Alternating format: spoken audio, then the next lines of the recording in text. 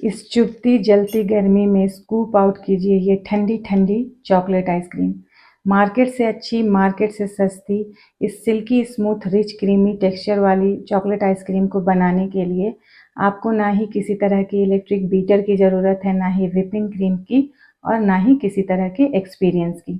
पहली बार में ही ये बिल्कुल परफेक्ट बनकर तैयार होगी और इसे आप 8 से 10 दिन तक फ्रीज़र में रख कर खा सकते हैं, बिल्कुल ख़राब नहीं होगी।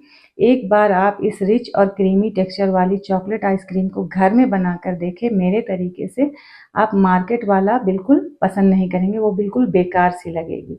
ज़रूर ट्राई करें इस रेसिपी को, बहुत आसान है और बहुत ही मज़ेदार है। मैं यहाँ पर 2 कप फुल फैट मिल्क ले रही हूँ, मलाई के साथ है क्योंकि दूध उबला हुआ है। यहाँ पर उबला हुआ दूध लेना टोटली ऑप्शनल है, आप कच्चा दूध भी ले सकते हैं। मेरे पास उबाल के रखा हुआ था तो मैं वही इस्तेमाल कर रही हूँ।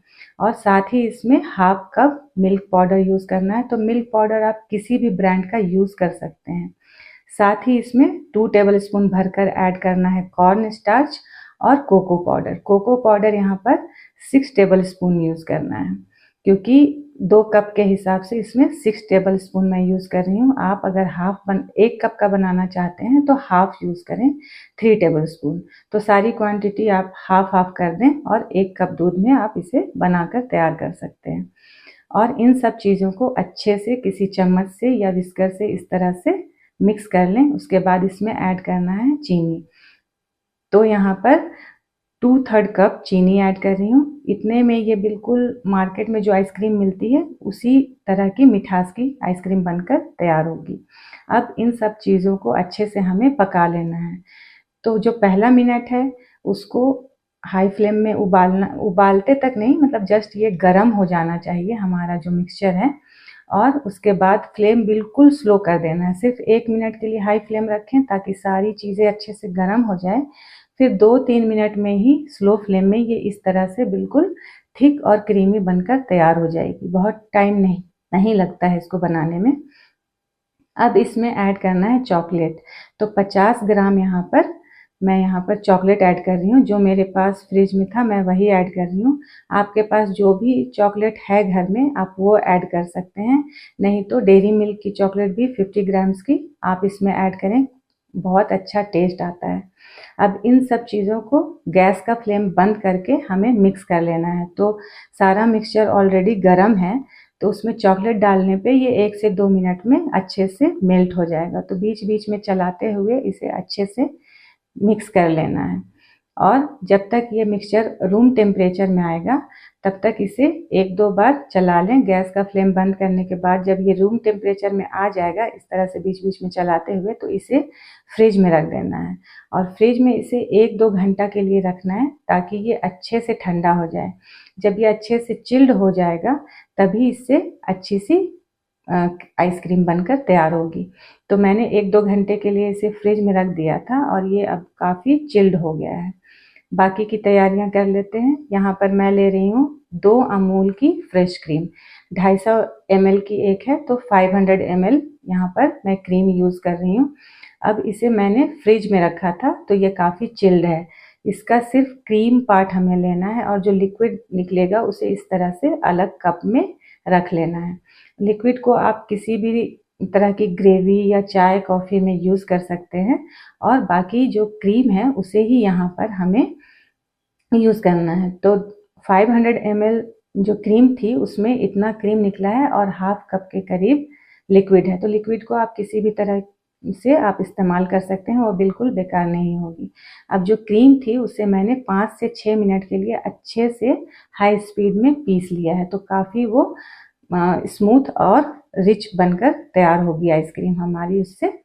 और जो चॉकलेट का मिक्सचर भी हमने जो ठंडा करके रखा था उसे भी इसी जार में डाल देना है और अच्छे से इसे 5 से 6 मिनट के लिए पीस लेना है। तभी ये इस तरह से काफ़ी स्मूथ टेक्सचर की पिसकर तैयार होगी। तो 4 से 5 मिनट के लिए हाई स्पीड में इसे पीस लें। आप चाहें तो ये वाला जो स्टेप है इसे एक बड़े जार में भी आप दोनों क्रीम को और चॉकलेट को एक साथ पीसकर आप तैयार कर सकते हैं, या फिर मेरी तरह दोनों को अलग अलग पीस लें और इस तरह से किसी भी बर्तन में मिक्स करके और तैयार कर सकते हैं। आइसक्रीम हमारी बिल्कुल परफेक्ट ही बनेगी। तो एक साथ पीसेंगे तो जल्दी होगा और 2 बार पीसेंगे तो थोड़ा सा 5-6 मिनट टाइम ज़्यादा लगेगा, बस इतना ही फ़र्क है।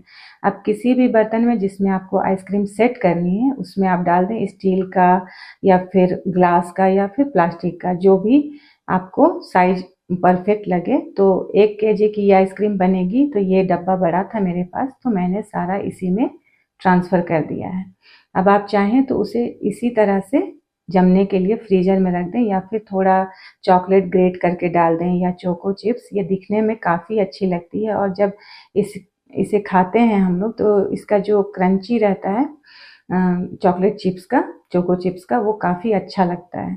तो ज़रूर इस तरह से डालें अगर आपके पास है तो, नहीं तो स्किप कर दें।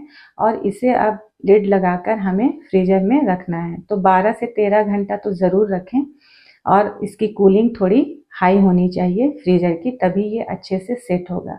तो मैंने इसे रख दिया। अब दूसरे दिन मैं इसे फ्रीजर से निकाल कर आपको दिखा रही हूँ कि काफ़ी अच्छे से सेट हो गया है और इसमें जो आइस के क्रिस्टल्स हैं वो भी नहीं है। ये वाइट वाइट जो है ये क्रीम का पार्ट है जो काफ़ी ठंडा हो गया है, इस वजह से ये नज़र आ रहा है। और मैंने इसे फ्रीज़र से निकाल कर फ़ौरन ही लिड हटाकर आपको दिखाया है, इसलिए ये इस तरह नज़र आ रहा है। अब 5 से 7 मिनट इसे रूम टेम्परेचर में छोड़ देना है। उसके बाद आप इस तरह से आसानी के साथ इसे स्कूप आउट कर सकते हैं। आप चाहें तो इसे नाइफ़ से भी कट के सर्व करें, बहुत ही अच्छे से ये कट जाएगी। और इस तरह से आप स्कूप आउट करें, आप देख सकते हैं कि काफ़ी रिच और क्रीमी नज़र आ रही है। बिल्कुल ही इसको खाएंगे आप तो आपको पता ही नहीं चलेगा कि आपने इसे घर में बनाया है। अब थोड़ा सा इसमें मैं चॉकलेट सिरप डाल रही हूँ और ये चोको चिप्स। ये वैसे ये टोटली ऑप्शनल है, आप इसके बगैर भी सर्व करें, लेकिन ये देखने में और खाने में काफ़ी अच्छी लगती है, इसलिए मैं इस तरह से डालकर सर्व कर रही हूँ। आप देख सकते हैं कि कितने कम मेहनत में कितनी ही रिच, क्रीमी और सिल्की स्मूथ टेक्सचर वाली ये हमारी चॉकलेट आइसक्रीम बनकर तैयार हो गई है। बहुत ही बेहतरीन इसका टेस्ट होता है। मार्केट वाली आइसक्रीम आपको बिल्कुल बेकार लगेगी।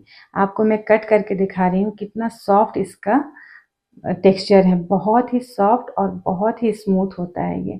एक बाइट में तो मन ही नहीं भरेगा आपका। तो ज़रूर ट्राई करें इस रेसिपी को और इस तरह की आसान और मज़ेदार रेसिपी के लिए मेरे चैनल को लाइक, शेयर और सब्सक्राइब ज़रूर से करें।